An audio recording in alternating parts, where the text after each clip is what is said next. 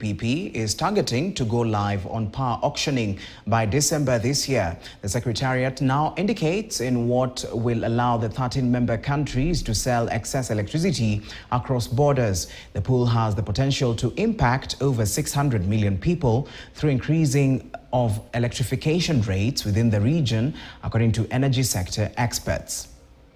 Currently, the countries are trading about 3,400 gigawatt hours annually, which represents a big achievement compared to the 504 gigawatt hour of power transferred in the region when EAPP was first established in 2005. Ongoing efforts to enhance the interconnection of national power grids are progressing well. And when we talk of East African power pool, it is not just the East African community. It goes beyond the community. It starts right from in the north, Libya, coming through Egypt, and it goes all the way to the Horn of Africa, and then it comes as far as Tanzania, the Republic of Tanzania. There are about 13 countries that form the East African power pool. All right, Gishinga, the EAPP, the East Africa Power Pool, is to go live by December this year. Now, when you look at this, how is this even possible? When we look at it, just the nitty-gritties, when you look at what we need to do as a country. Well, I think that's a big ambitious step, and I think it speaks to the ability of countries to coordinate their strategies on power, which really is almost now a factor of production for the industrialization of these countries. All these countries do want to industrialize, they do want vibrant sectors coming in. So I think it's coming down to coordination, but at a time when individual country strategies are not very clear and are not aligned. I think that's the main concern. Mm-hmm. And just just keep you in this story at the moment, when you look at Kenya as a country, in terms of trying to even correct some of the power problems that we have, there are regions that usually don't have power, especially you find every week, you find there are areas or regions that don't usually have power.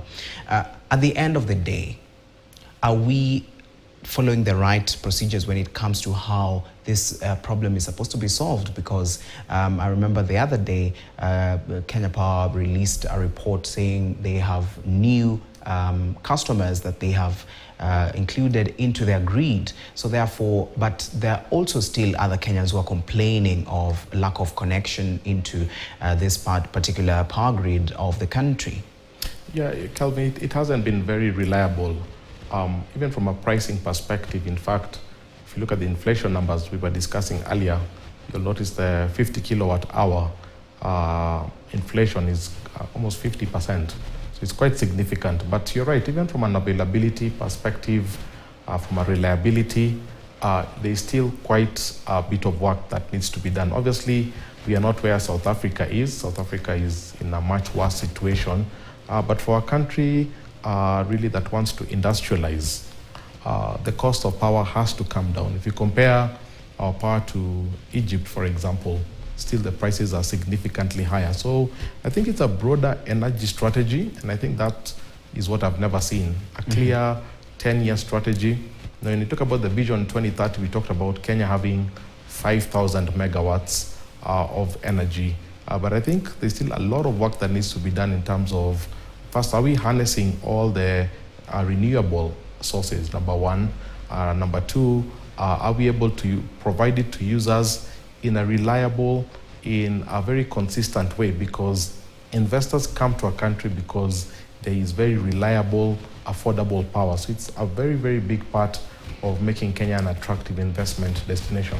All right, and speaking of investors, let us move and look at FinTech Festival, Africa's FinTech Festival, where the Association of Fintechs in Kenya, AFIC, in collaboration with Africa FinTech Network, AFN, has launched the African FinTech Festival that is scheduled